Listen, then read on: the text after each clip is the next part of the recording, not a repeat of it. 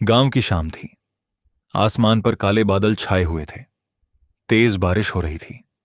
24 साल का आरव शहर से अपने गांव आया था ताकि कुछ दिन शांति से यूपीएससी की तैयारी कर सके। उसका सपना था कि एक दिन अफसर बने और अपने माता पिता का नाम रोशन करे। एक दिन वह किताबें लेकर खेतों के रास्ते से लाइब्रेरी जा रहा था। तभी बारिश अचानक इतनी तेज हो गई कि उसे पास के एक घर में शरण लेनी पड़ी। दरवाजा खुला। सामने गांव की नैना भाभी खड़ी थीं।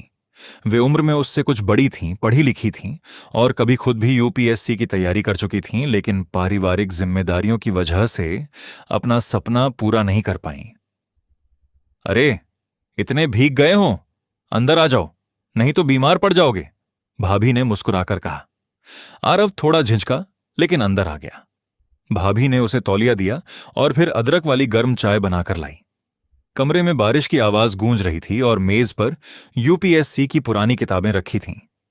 आरव ने हैरानी से पूछा, भाभी, ये सारी किताबें आपकी हैं? भाभी हल्का सा मुस्कुराई। हाँ, कभी मेरा भी सपना था अफसर बनने का। उस दिन दोनों ने घंटों संविधान, इतिहास और इंटरव्यू की तैयारी पर बातें की।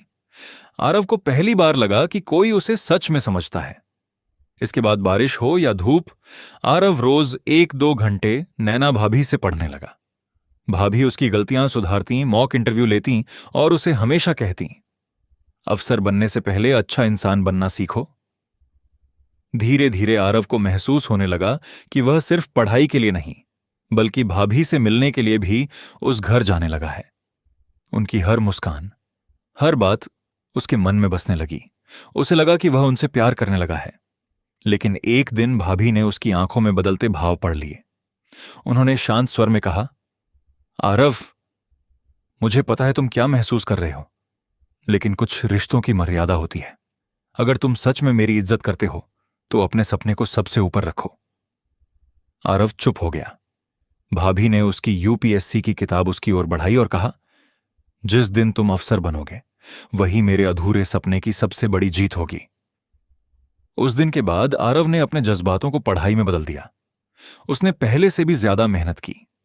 2 साल बाद जब यूपीएससी का परिणाम आया, आरव का चयन हो गया। वह सबसे पहले मिठाई लेकर नैना भाभी के घर पहुंचा। भाभी की आंखों में खुशी के आंसू थे। देखा, मैंने कहा था ना, तुम्हारा असली प्यार तुम्हारा सपना होना चाहिए। आरव मुस्कुराया। उसे समझ आ गया था कि कुछ लोग हमारी जिंदगी में हमें भटकाने नहीं, बल्कि सही रास्ता दिखाने आते हैं।